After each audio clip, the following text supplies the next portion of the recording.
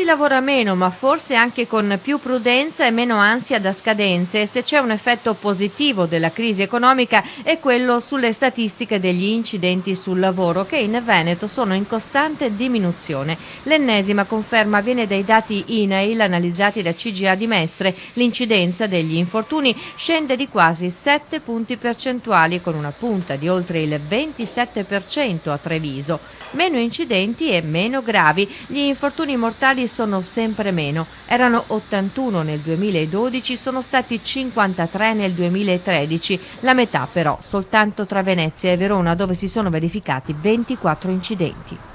È ovvio che la riduzione degli infortuni e delle morti nei luoghi di lavoro è dovuto anche all'aumento dei disoccupati, dei cassaintegrati che hanno ridotto complessivamente il monte ore lavorate.